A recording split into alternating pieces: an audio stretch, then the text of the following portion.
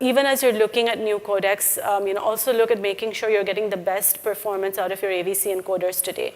If the last time you bought an AVC encoder was 4 years ago, it's time to replace that AVC encoder first. And most professional encoders now are software-based, so you can buy them for AVC and upgrade them to HEVC later without losing your investment in the underlying hardware. So there's really no excuse for making sure that you have the absolute most state-of-the-art AVC encoder and transcoder that you can find today. You are going to have to look at migrating to Dash, either in the context of HTML5 or in the context of apps or in terms of a combination of the two. Especially with Flash being discontinued, that timeline has been accelerated to a greater degree than I think many of us had anticipated. And then, again, targeted advertising driven by analytics, that is where the revenue is going to come. That is where the differentiation is going to come. So even as much as the codec and the move to 4K are important, there are many other battles you need to be fighting in the short term.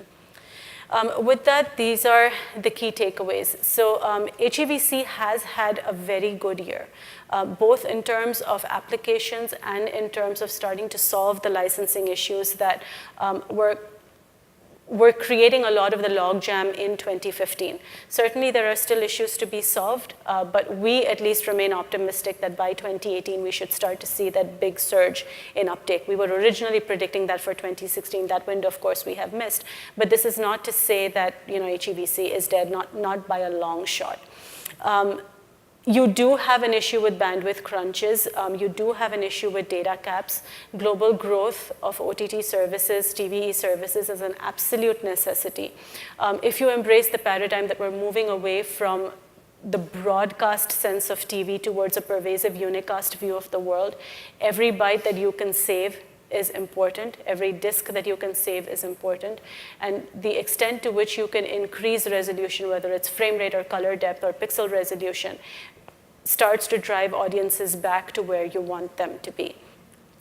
So with the analogy of a self goal, because my kids are 8 and 10, and that happens with annoying frequency every Saturday morning. Someone in some game will kick the ball into their own goal.